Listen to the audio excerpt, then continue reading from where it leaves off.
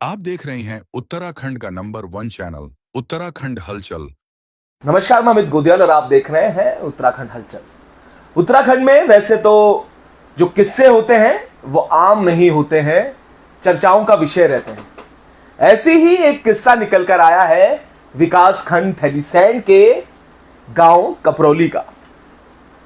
और जब मैं किस्सा आपको बताऊंगा, ये केवल विकास खंड थैलीसैंण या सिर्फ मात्र एक गांव का किस्सा नहीं है। यह किस्सा उत्तराखंड के हर प्रत्येक उस गांव का है जहां पर मनरेगा के तहत कार्य चल रहे होते हैं। अब मैं आपको बता दूं आखिर मनरेगा क्या है।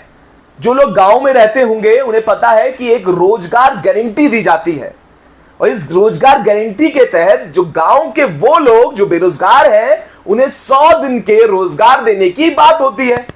और ये रोजगार ऐसे दिया जाता है कि गांव में कोई कार्य अगर हो रहे होते हैं तो उसको लेकर जो एक ग्राम पंचायत के लोग हैं उन्हें उन लोगों को काम दिया जाता है जो बेरोजगार हैं, जो कोई कार्य नहीं कर रहे हैं। पर इस पर क्या उन लोगों को कार्य मिलता है जो सही में बेरोजगार हैं, या यहां पर भी एक खेला होता है?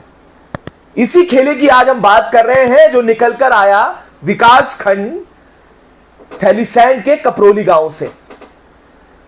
कपरौली गांव के जो जागरूक युवा हैं, जागरूक साथी हैं, उन्होंने एक सूचना का अधिकार के तहत एक जानकारी मांगी, और जानकारी मिलने के बाद कुछ ऐसे रहस्य निकल कर आए, ऐसे राज के ऊपर से पर्दे खुले जिसे देखकर आप भी हैरान हो जाएंगे।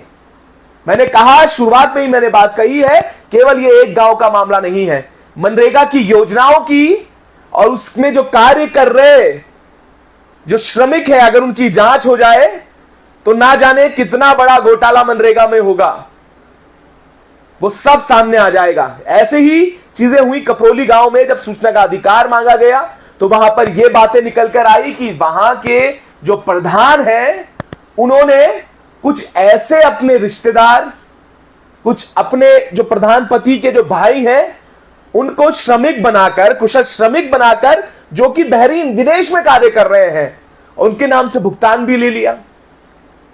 और सबसे मजेदार बात तो यह है, यह तो रही कुशल श्रमिक बनाकर भुगतान लेने की बात, ऐसी भी चीजें निकल कर आई कि जिसमें भुगतान तो कर दिया गया पर धरातल पर कुछ निकल कर नहीं आया, धरातल पर कुछ बना ही नहीं।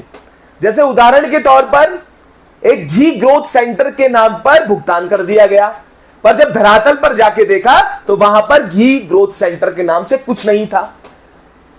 इससे भी मजेदार बात यह हुई कि ऐसा जो ये सारी चीजें होती रही, उसके बाद जब ये सूचना के अधिकार में आया तो सीडीओ जो पौड़ी है उन्होंने जांच के आदेश दिए हैं। वहीं जब प्रधान से पूछा गया तो उन्होंने ये जवाब भी दिया कि उनके ऊपर लगे हुए जो आरोप हैं ये निराधार हैं। अब सवाल यह बनता है कि क्या सूचना का अधिकार में जो मांगी गई जानकारी है वो झूठ कह रही है, और आखिर जो व्यक्ति जो श्रमिक यहां पर रह ही नहीं रहे हैं उनके नाम से कैसे भुगतान हो गया? और सबसे बड़ा सवाल यह है कि अगर मनरेगा के तहत जो कुशल श्रमिक जिनको काम दिया जाता है, क्या उनका क्रॉस चेक किया जाता है कि वो क्या फील्ड में आ रहे हैं, क्या कार्य कर रहे हैं? इसकी पड़ताल आखिर कौन करता है? कौन जिम्मेदार अधिकारी है ग्राम पंचायत में, या ग्राम पंचायत के वो कौन से अधिकारी हैं जो ये देखने आते हैं कि अगर कोई कार्य चल रहा है तो वहां पर वो लोग कार्य कर रहे हैं जिनका नाम दिया गया है? और ऐसे ना जाने कितनी योजनाएं होती हैं जहां पर सीधे सीधे कुछ ऐसे लोगों के क्योंकि हमें तो यह भी जानकारी मिली है कि अगर ग्राम प्रधान या जनप्रतिनिधि जिनकी गांव के लोगों से अगर कोई व्यक्ति गांव में रहता है और उसकी जो जनप्रतिनिधि है, जो ग्राम प्रधान है, उससे उसकी नहीं बनती है, तो वो अगर बेरोजगार भी हो, अगर वो उससे जरूरत भी हो रोजगार की, तो ग्राम प्रधान उसे रोजगार नहीं देते हैं। और जब से डायरेक्ट बैंक ट्रांसफर आए हैं, डीबीटी की है सरकार ने, उसके बाद तो ये खेल और ज्यादा हो गया है। इसके बाद तो सिर्फ उन्हीं लोगों को ये काम दिया जा रहा है जो उनके खास है, क्योंकि जो पैसा आने पर, जैसे ही उनके खाते पर पैसा आए और उसके बाद वो पैसा ग्राम प्रधान को दे दे और कुछ पैसा उन्हें मिल जाए। आखिर ये खेल जो हो रहा है इस पर निगरानी किसकी? जो रोजगार देने के लिए योजना बनाई, आखिर ये रोजगार देने के लिए योजना बनी कि भ्रष्टाचार करने के लिए? वैसे तो अमूमन उत्तराखंड में जो योजनाएं आती हैं उसमें रास्ते ढूंढे जाते हैं कि किस तरीके से भ्रष्टाचार की भेंट ये योजनाएं चढ़ेंगी। ऐसे ही मनरेगा में दिखता हुआ नजर आ रहा है। मात्र ये उदाहरण है। और वहां के जो जागरूक लोग हैं, आप भी देखिएगा कि उन्होंने एक वीडियो भेजी है, उन्होंने वीडियो बनाई है उस गांव की, जिसमें उन्होंने वो सब दिखाया है जिनके कार्य किए गए हैं, जिनका भुगतान किया गया है। आप भी देखिएगा उन जागरूक जो ग्राम सभा के जो लोग हैं, जो साथी हैं, उन्होंने ये वीडियो बनाया और क्या कुछ कहा उन कार्यों के बारे में जिनका भुगतान तो हो गया पर धरातल पर नजर नहीं आया।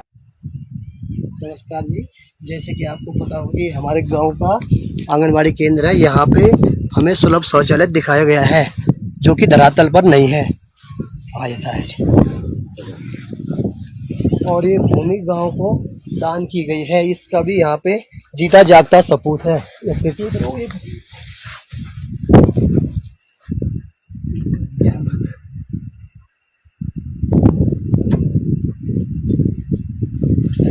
और यहाँ पे ये हमारे गांव का आंगनबाड़ी केंद्र है और यहाँ पे शौचालय दिखाया गया है जो कि धरातल पर नहीं है।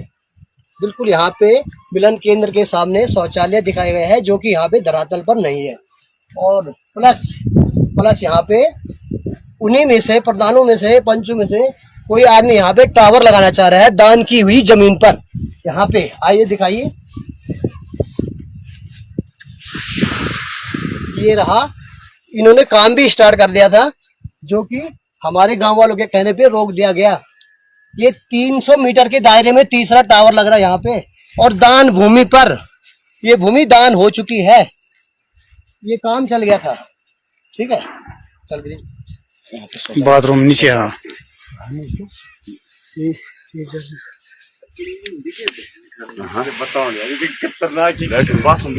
यार नहीं होने।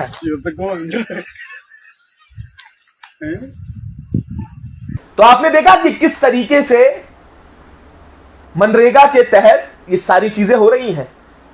आप भी जब वीडियो को देख रहे होंगे, आप भी अपने कमेंट लिखिएगा। क्या आपकी ग्राम सभा में ऐसा तो नहीं हो रहा है? क्या आपके आसपास ऐसा तो नहीं हो रहा है? अगर ऐसा हो रहा है तो हमसे आप संपर्क कर सकते हैं। और इस वीडियो के बारे में आपका क्या कहना है, आप भी कमेंट करके, हमें मैसेज करके, इसे शेयर करके जरूर बताइएगा।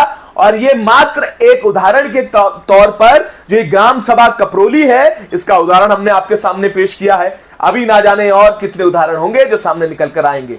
लगातार ऐसे ही मुद्दों पर नजर हम भी बनाए हुए हैं। तब तक के लिए ऐसे ही जुड़े रहिएगा और देखते रहिएगा उत्तराखंड। उत्तराखंड हलचल की समस्त अपडेट पाने के लिए चैनल को जरूर फॉलो करें।